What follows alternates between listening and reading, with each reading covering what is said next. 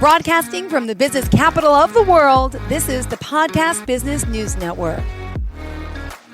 Welcome back to the show. We are honored to have Dr. Grant Venerable joining us here again.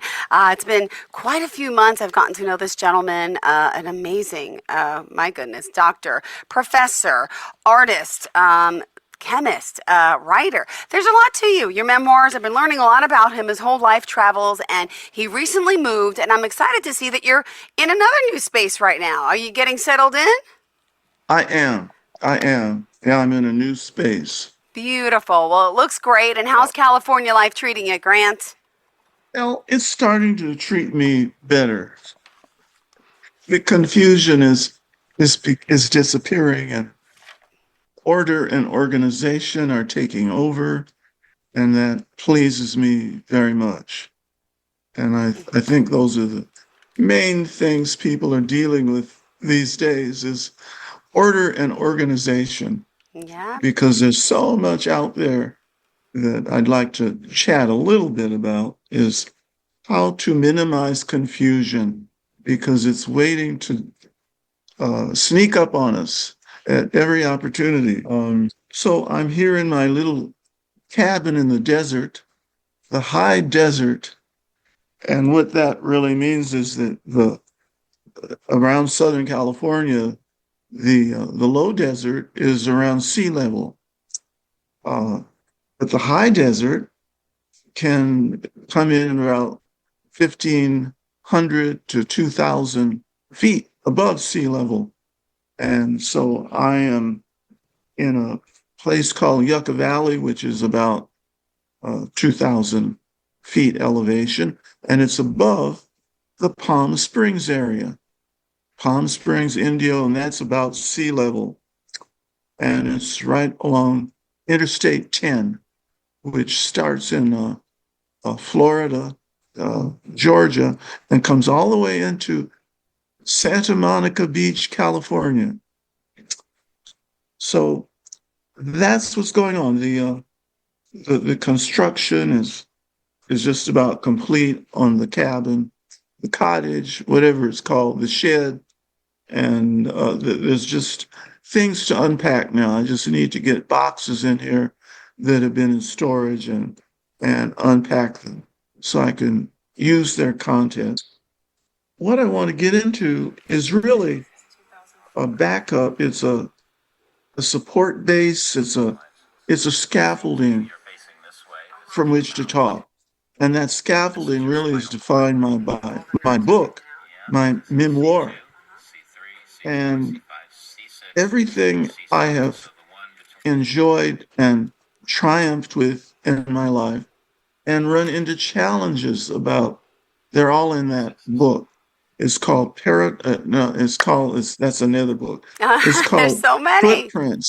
Footprints in the Chaotic Unknown.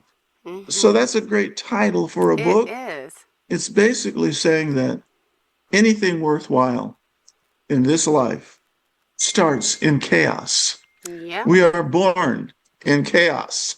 We may not articulate that when we're like still every in the day. womb, but it's all around us. And it just means that our brains haven't had time to create the order that's really there.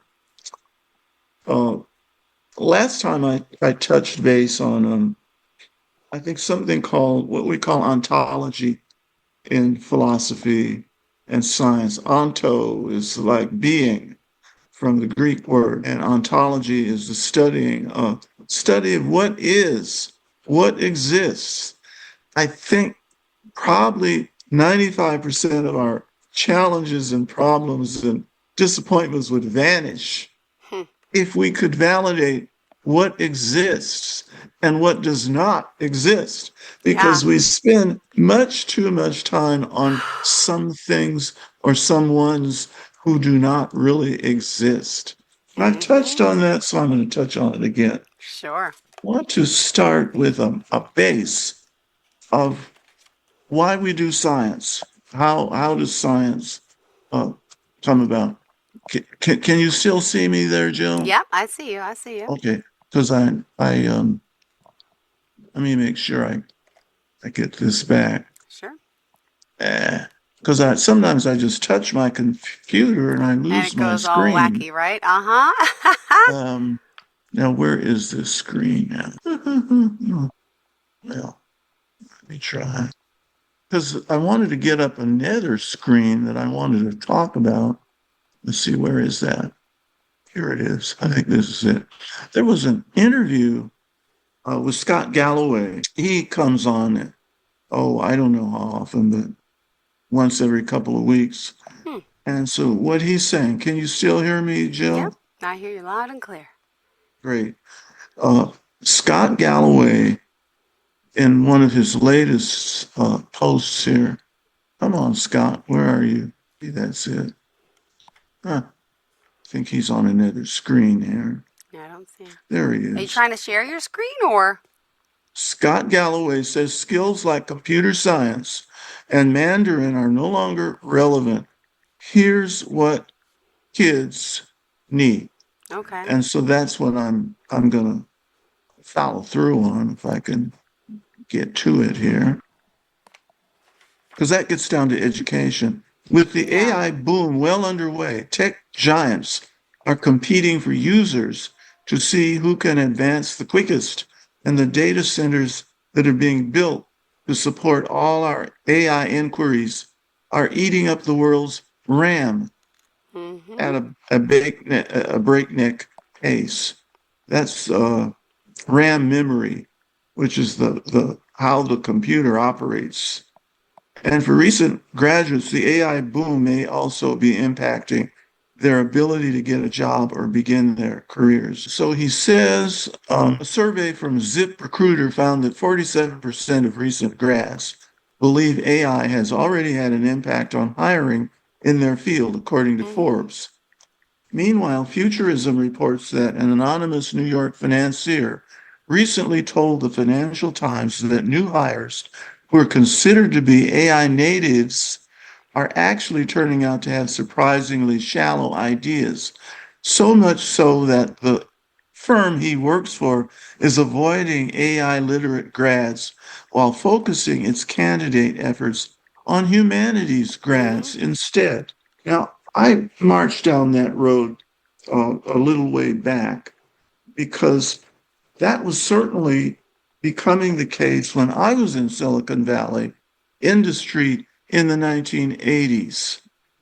And I had mentioned, Jill, how I had really gotten in without a bit of computer skills. Well, that's not exactly true. I knew how to do handheld calculators, and I knew how to use electronic typewriters, but I wasn't the expert PC user. But that changed. What companies were starting to look for were employees who were gifted in the arts and humanities. Yeah. Sounded strange, but I began to talk about that in speeches that I was giving all over the country in the mid 1980s into the 1990s, that what those talents were providing industry was more than just hard collectible skills and tech knowledge, because it's the arts and humanities that give fluidity to the knowledge. That means the whole brain gets involved in the effort. And the companies were finding out they were hiring computer experts from computer science majors whose brains were not very fluid. In other words, there wasn't much creativity there to see how different components of a system could be put together in different ways to provide a superior performance and a superior product. And many of the current day CEOs are beginning to say that again. Yeah. Like Huang, the CEO of NVIDIA, offering his point of view that AI won't ruin your career dreams, but rather a new industry is being born. Yeah. A new era of science and discovery is beginning. And this is what Huang is saying of NVIDIA. Now let me reach back. Someone like Steve Jobs, Oh, yeah. and dear Steve has gone on to the great computer laboratory in the sky. Um, there's and then of course Bill Gates is still on the scene. No one has entered the world, according to Wong, with more powerful tools or greater opportunities. This is what he's saying to 5,800 graduates at Carnegie Mellon University just in the last week. We're standing at the same starting line. This is your moment to help shape what comes next. So run, don't walk. Wang's words were encouraging, and there's little doubt that some young people will see success in their early careers and life's work because of AI and technological Mm-hmm. advances. Yeah. Part of the message that Scott Galloway shared in a recent appearance on the Diary of a CEO is uh, Galloway and podcast host Stephen Bartlett discussed how parents can AI proof their children's futures. And the former shared two main skills Mm-hmm. he thinks will help kids succeed. And I Okay. like what Scott Galloway says here. Mm-hmm. Why a college degree isn't enough to save new grads from unemployment. Let me see, let me get down this list.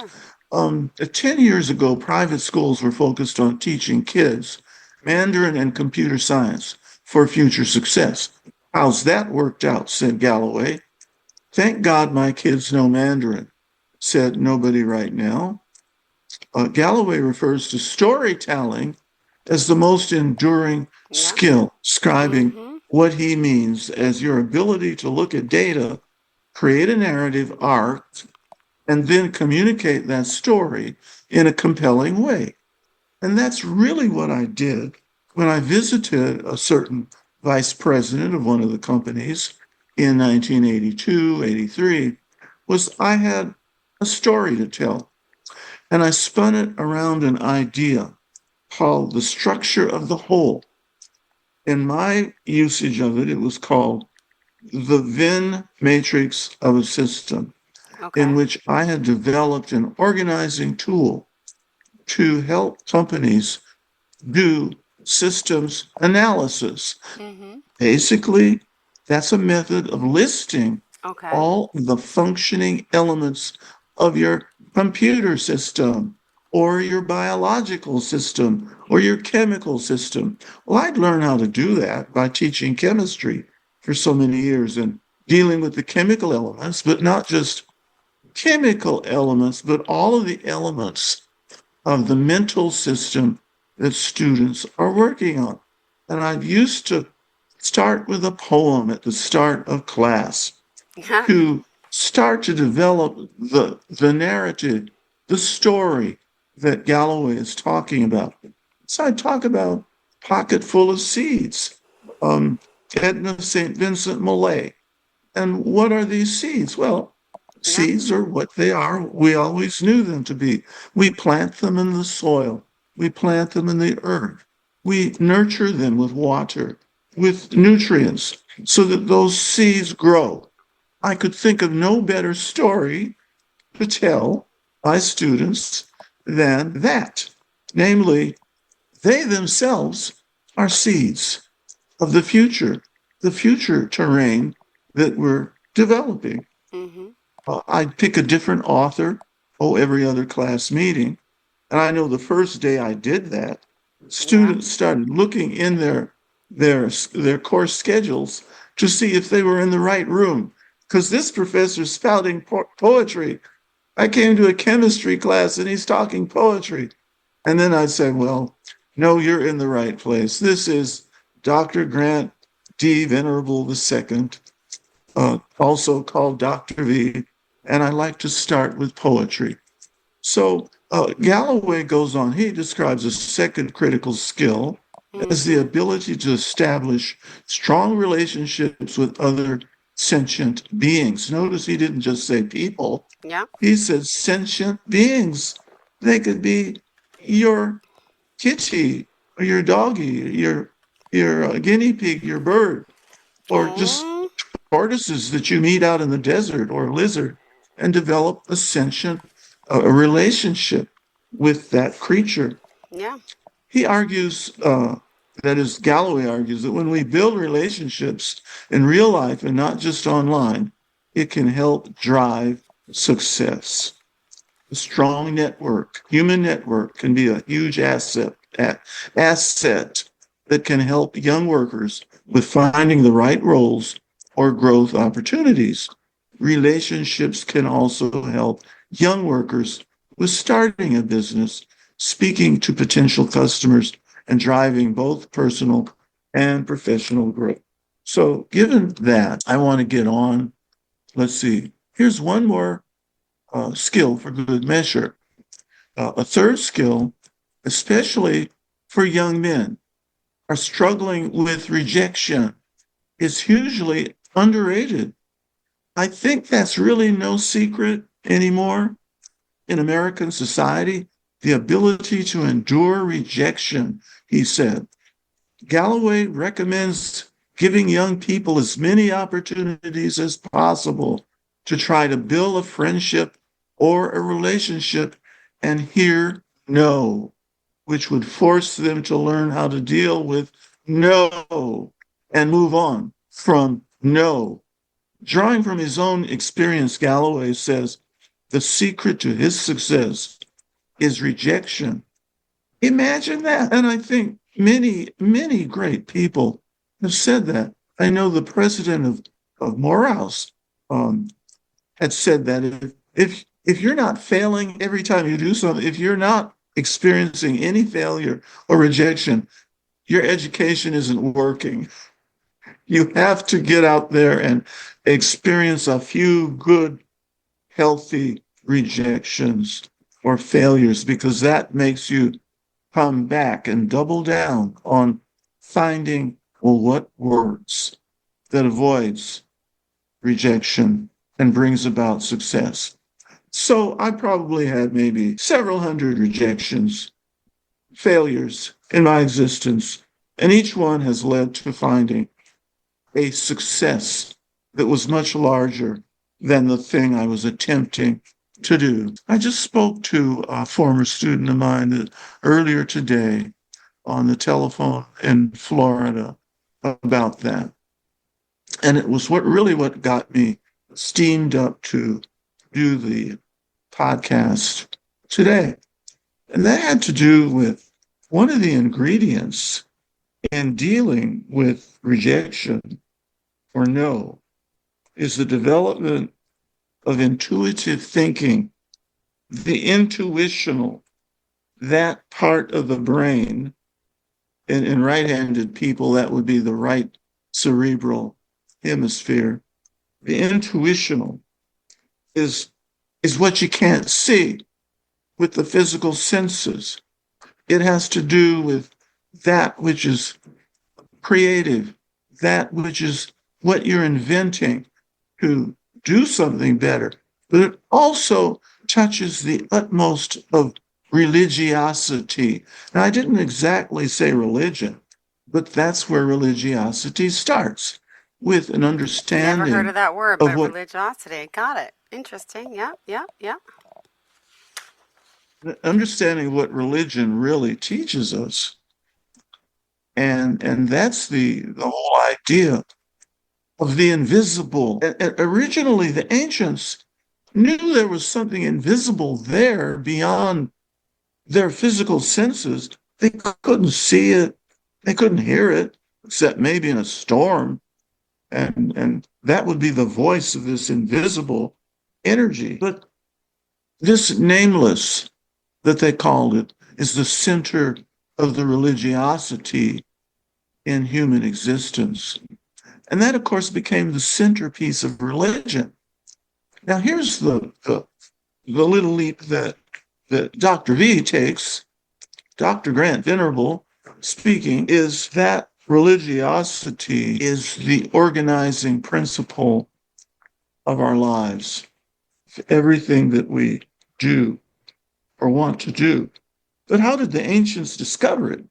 Well, in the Western world, we knew it best in ancient Judaism. And then when Christianity came along as a seed element of Judaism, and then when Islam came along as a seed of all, both those, the Judaism and the Christianity, and then we have what we learned from the Eastern civilizations, what we learned from the Zoroastrian believers, the Buddhist believers, the Hindu believers, the Shinto believers, and everything else that are operating on this principle of religiosity, this invisible organizing principle, which took me years to come to grasp with. And it took the form of what I call Venerable's matrix,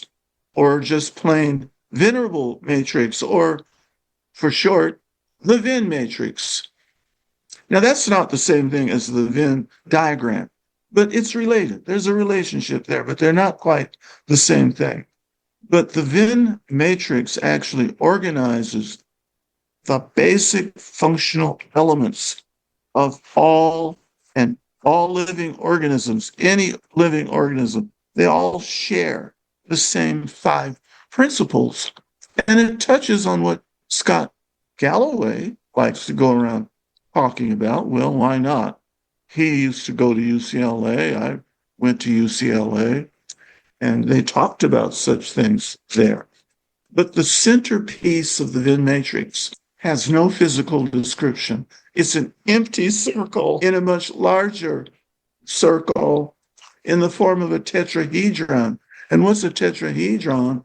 It's a geometric figure on a base of 3 corners to it. And then there's a 4th piece that's up above that plane, that triangular plane. And it forms, if you connect all the edges together, you have a three-plane, a 3-sided pyramid. And right in the center of that pyramid is the 5th piece. And that's what the ancients, in their religiosity, called the 5th element, obviously. And it gives us the word quintessence. The quintessence of anything is what gives the religiosity to anything that you're dealing with, whether it's with religion or science or mathematics or business or computers or industry or government, all that. So let me run down the other 4 elements of the Venn matrix.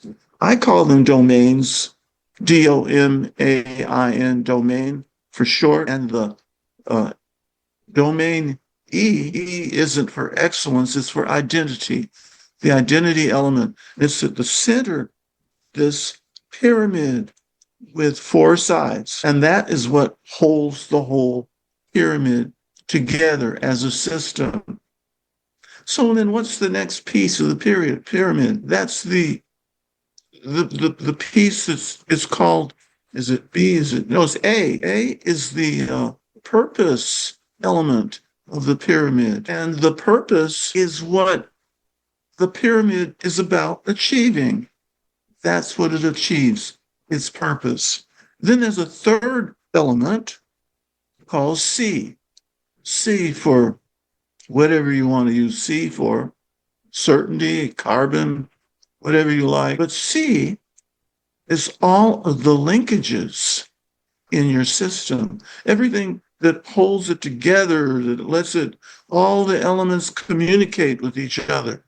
So if you have, there's another one, B, element B. That is all the physical stuff, the things that you can see or hear with your physical senses or touch with your fingers. And that is in the domain B. So that is just one more domain in the Venn matrix. And that is the change and balance domain, domain D. Now, These are all not original with me, was what they're based on. The properties of life. And life is a self-generative process. In other words, you eat food and you generate energy. It's also let's see, it's a self. It's everything starts with self. It's a self-monitoring process, so that life, a living organism, can keep testing itself, looking at itself, being aware of itself, knowing what it needs. Then there is this change domain, D, the change in balance domain. That is a property of life, where life is constantly seeking to balance itself. That's a word we refer to as equilibrium. When we eat food, then the body has to always keep that material in balance in our bodies. So we don't eat too much. We don't eat any of the wrong things. We eat the right things. So I'll see if I can name these. But anyway, a living organism is self-generating. It can create more of who it is. It's also self-maintaining. That means it is self-repairing. If it has an imbalance, like an illness, or if it falls on the floor or on the sidewalk and it gets a wound. So that's self-maintaining. But it also, a living organism, has a self-identity. And it's that self-identity that keeps all the other four domains operating in accordance to what or who that identity is. And beyond that, everything that Galloway and others are talking about are based upon those 5 domains of the Venn matrix. That's what I carried into high-tech industry, and a number of people working in different companies, was to base your systems analysis on those 5 domains. Only you map your company onto the domains. And so you ask, okay, which parts of your company have to do with producing a product that performs a purpose? Then what parts of your company hold all of the physical material elements, raw materials that you need to produce your product or service? Then your company has to have balance. And so you have departments whose job is to make sure everything is running in balance properly. Who are those departments? There have to be people in charge of those departments. Then there has to be a department that is constantly using the communication domain, that not only looks at the present, it looks at the past. It looks through channels to the past. It looks through channels to the future and unifies those all in the present time. And there's people in departments whose role that is to perform those functions. Those are called strategic planners, strategists. They may not be the largest element of the company, but they may well be the most important part of the company. But they work with that E in the center domain, that gives the religiosity, the unifying nature to the company. And all of what the company is and what it does has to follow the pattern of that unifying principle. So why don't we all take a deep breath right there, while I switch and see if I can find this domain I was looking for. Well, okay, I did find one here, and that was with Scott Galloway. But I want to look at some of the other news feeds in here. I'm just thumbing through here some of what I see on the screen. Now, I'm not seeing all of what I want to see, but I think I'll find one.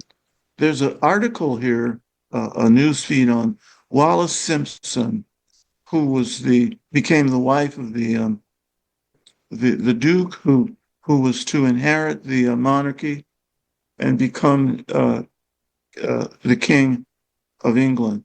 Well, this is an article on Wallace Simpson on the British monarchy's stability. So that's just an interesting article. Oh, this is an interesting article. It's on Los Angeles. It's the head of LA school district resigned after the FBI raided his home and office. Well, I'm not going to go into that, but I had not seen that news item yet, but I knew there were things brewing and had to be worked out.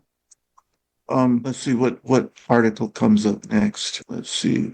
There was an article about the mystery blonde in Trump's cryptic great daughter post finally identified. Well, that's very interesting. I don't know what all that's about, but interesting. And here's one related to what Scott Galloway was talking about, was men feeling lonely and rejected. This is an article on men with very few friends and hardly any visitors at home often have these 6 unique traits, and they talk about that. Well, it's something many of us scholar types talk about, because it's a very important topic. And it is also addressed by the Venn matrix. When you map a human being on the Venn matrix structure, it talks about that phenomenon of rejection and loneliness. And when you do it on males, you get the information on men. When you do it on females, it comes up with information about women in the society, something we all deal with because we have families comprised of males and females and friendship groups comprised of that.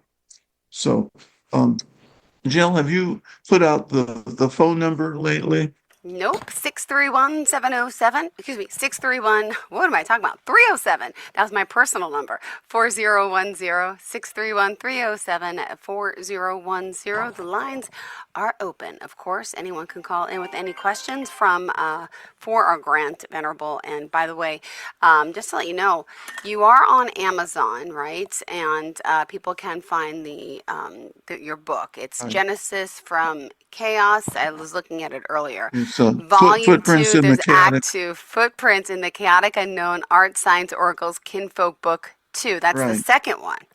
No. Go ahead. So, and don't expect it to read like a novel, although parts of it do read like a novel. Yeah. Because they touch very interesting personal facets of my existence. Yeah. But now you can take that book and ask yourself some questions about your own life as a reader or a listener here. And something I just touched on maybe in the last couple of podcasts that I realized is really puzzling a lot of people. And there's a lot of podcasters on there speculating about that. The question is, Don't they all? Yeah. does POTUS 47 exist? Explain that one. And it hit me one day as a scientist who was so deeply trained in scientific method, which came down from the rabbinical councils, not as a scientific method, but as an analytic method for studying the truth of the scriptures that were written down on papyruses in the desert on scrolls, and they came down to us and became part of our Western world scriptural texts. So we know what the ancient rabbis were thinking, and they were following their inner voices in getting this thinking down on the papyruses, and they began to describe a religiosity with many names, it turned out, an almighty, a creator, a God, things like that, a Yahweh. an Elohim. But what is that? How do we know as rabbis that it exists? And what they developed was a method for validating the existence of something you cannot see, hear, or touch. And you certainly can't smell it or taste it. So then what do? Well, all students of the sciences have had to deal with, particularly in the natural sciences, the physical sciences, the mathematical sciences. You're dealing with something that had never existed before, and you have to validate that it exists. Such, my friends, was the whole purpose of my graduate education.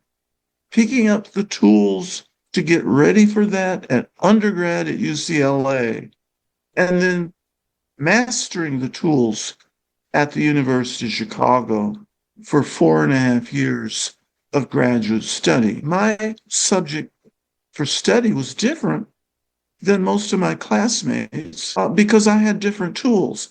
Well, several of my classmates were into theoretical chemistry, so they didn't have instruments. They weren't using instruments as such in a direct way to observe the little invisibles they were dealing with. But I had a huge laboratory at my disposal, and it was the first, or maybe the first, I think it was the first, along with Columbia University and the University of Chicago. These were the first national laboratories that were actually funded and maintained by the federal government, without which none of us would probably be here today because of their vital roles.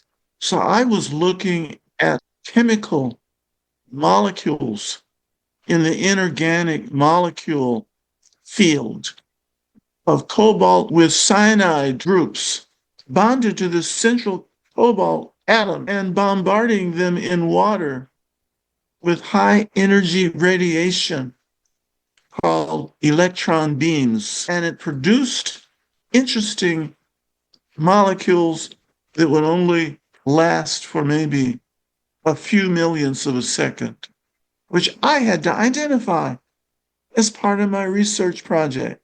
Well, there's ways to do that. You use the field of spectroscopy because you're passing ultraviolet light, visible light, through the reaction vessel that you're using.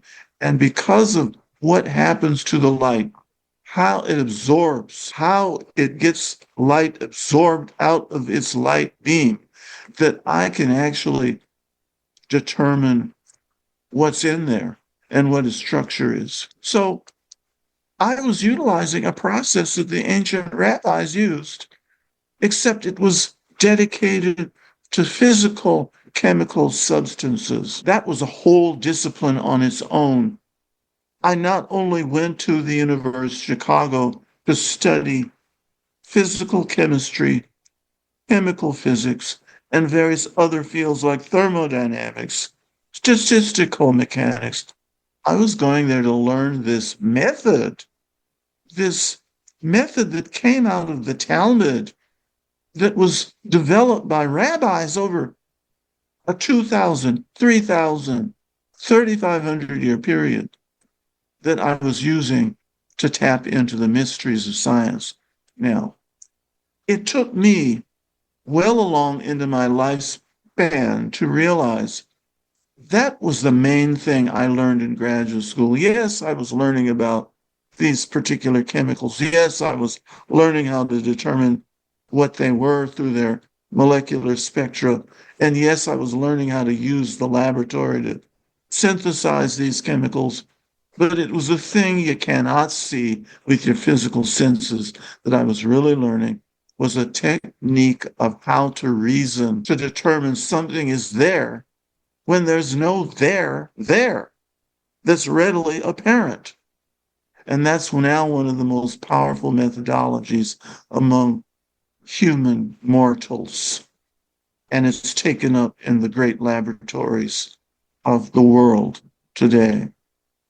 So hold on to that. But that's what I utilized to ask the question when it hit me, what I had learned in graduate school.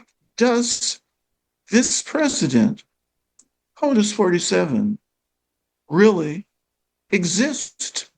And I built up to that because I could answer with a definitive yes when I was asked, or you could ask the press and they say, yes, President Dwight D. Eisenhower actually exists. And that was in the 1950s after his inauguration in 1953.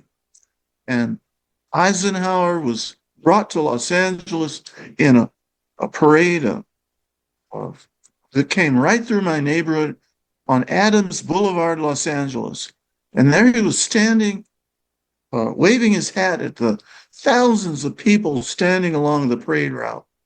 And nobody there could deny they had seen President Eisenhower and could say they knew he existed. And it's the job of the press, if the press is doing its job, to testify truthfully the president exists. The next president I knew existed was John F. Kennedy, because I saw him at his nomination acceptance speech in the Los Angeles Coliseum. They didn't have any open air limousines after the tragic assassination of President Kennedy. So then how do we know? You can't see the president except looking inside of the darkened windows of the limousine. You don't know unless you have a valid, robust press function in your country that can assure you and give you valid affirmation that that person exists. That's the only way you would know. And what hit me was, I have no way of knowing because of what's happened in this nation in the last, I'd say, 5 to 10 years, when the whole journalistic technology effort project has been turned upside down. Yes, there's people out there that should know, that are credentialed to know truth. How much are they being influenced by now the major billionaires who own the companies whose job it is to talk journalistic truth to the public and attest to the public? And it's an unfortunate thing for me as a scholar who needs that kind of input to say, I'm afraid I cannot really say I know that POTUS 47 even exists because of all of what is put out there. The AI is in charge of that area of life. And if you believe everything AI succeeds, yeah, I guess you would think that the POTUS exists. And yet I don't know. And I'm not saying he doesn't exist.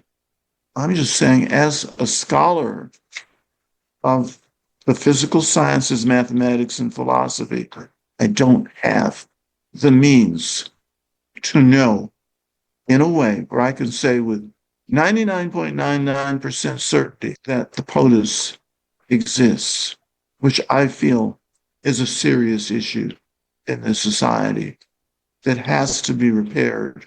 Do I know how to do it? I don't know. But I think if we start working on the Venn matrix of the system, we can make a huge step forward in that direction. And I think we can learn what's there.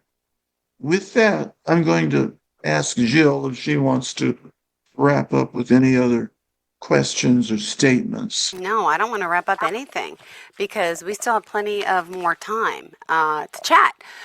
We still have, 8 more minutes, so I'm hoping someone gives us a call, 631-307-4010. But now you're just a man of many, I don't know how I would describe you, with your work as a doctor, with your background, with your culture, with all that you've come to know and do as an artist, as a chemist, and as a writer now. It's just, you continue to push barriers, boundaries, and you don't have any hopes in like retiring and stopping, right? You are just going to keep going and working. And I know you moved recently, right? So you're in California though still, but That's right. tell me what is going to be next for you. I mean, because are you just going to continue writing, working, researching? I mean, most people say, "Oh, I want to slow down. I want to travel," and you're just so you have such an amazing work ethic and a brain that continues to I'm going to use put. this little cabin in the desert to work on a master VIN matrix Mm-hmm. of what I can rely on what I do hear and see on my computer screen or my TV screen to do a VIN matrix analysis of what I am detecting. And that analysis will end Yeah. up enabling me to tie everything together in an integrated, unified form where I can actually adduce what is existent and what is not existent. And I believe I can do that now. Well, I hope you. There's economists out there Mm-hmm. that understand that kind of challenge and question.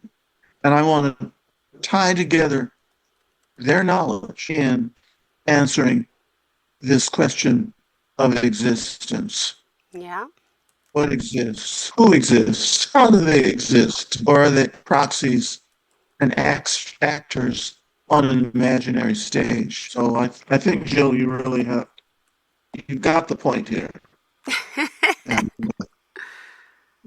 I'd like to see what the temperature is out there today, because let's see what it is. Yeah. Well, now it's 96 degrees. Oh my gosh. But by 2 o'clock, I know it's going to be at 101. So it's going to be a little hotter today than yesterday. Mm. Well, And back of that is a whole story of history yeah. because the rabbis did their intuitive work of learning the scriptures on deserts, desert environments, whether it was in China or India, Mideast, or Africa or the Americas.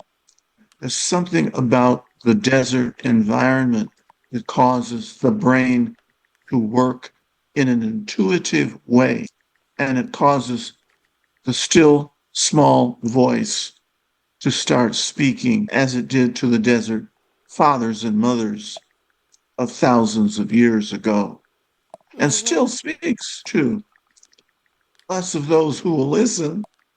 But so, yeah, when I'm not working, I'm listening. I'm talking to friends who like to encourage listening. Yeah. Yeah. Speaking of friends, do we have any friends that are calling in today? Hello, hello. 631-307-4010. Grant Venerable, and no callers yet. But we've dealt with And if they that. want to email a Perfect. question, Go ahead. use VENTWO at AOL.com. And in the message line, put podcast question. Or there's my website, grantvenerablephd.com, all lowercase. And don't forget, they could pick up all your books. You have a total of 3 of them right now, right?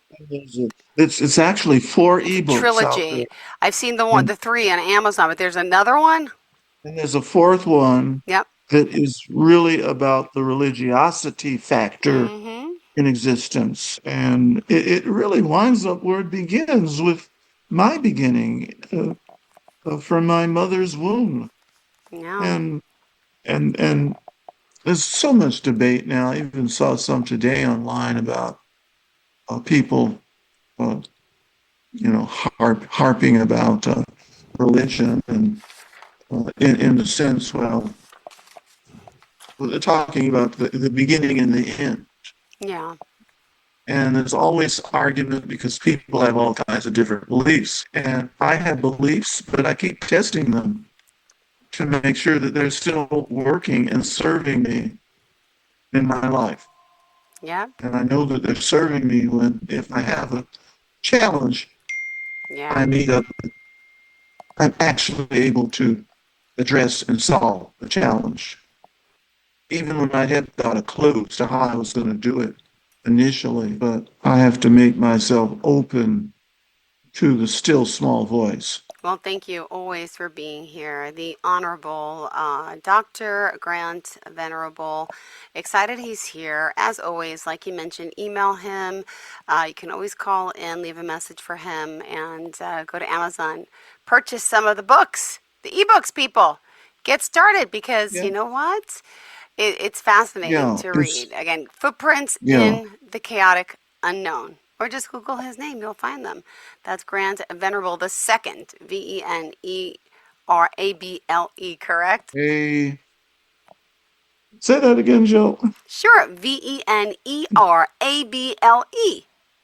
Oh, that's right. Yep. Yeah, I apologize. I didn't put in my hearing aid. Oh, it's okay. It's okay. I'm like, I'm just reading it from my sheet. I hope your name's right. I've been saying your name this way for years. All right. Well, thank Yes. you so much, Yeah. sweetheart. You have a fantastic Okay. day, and we'll talk hopefully soon. Thank you, everyone, for tuning in, and enjoy the rest of your day and your new space. God bless. Bye-bye. Stay cool. Stay Okay. indoors, Okay. especially if you're out in the Thank you, desert like Jill. this guy.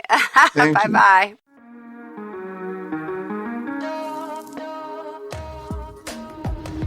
Broadcasting from the business capital of the world, this is the Podcast Business News Network. This is you over 30 years ago. Are we there yet? Are we there yet? And this is your mom when you drive her back from therapy. Are we there yet? Are we there yet? Are we there yet? Roles change without us noticing, and in your new role, we help you help. AARP gives you the information to help care for your mom so that you can have patience with her just like she did with you. Visit aarp.org/caregiving or call 1-877-333-5885 to get practical health and wellness tips to provide even better care for your loved one. Are we there yet? Remember, visit aarp.org/caregiving. AARP, we help you help. A public service announcement brought to you by AARP and the Ad Council.